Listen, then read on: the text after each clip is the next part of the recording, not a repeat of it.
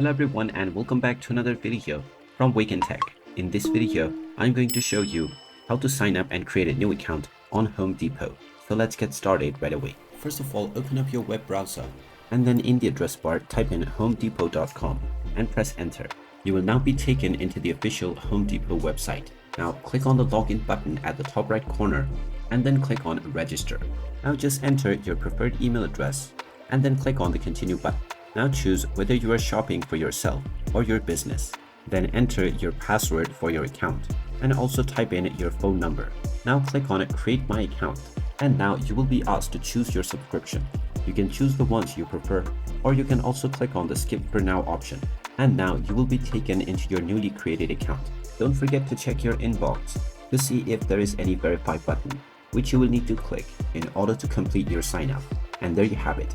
That is how easy it is to sign up and create a new account on Home Depot.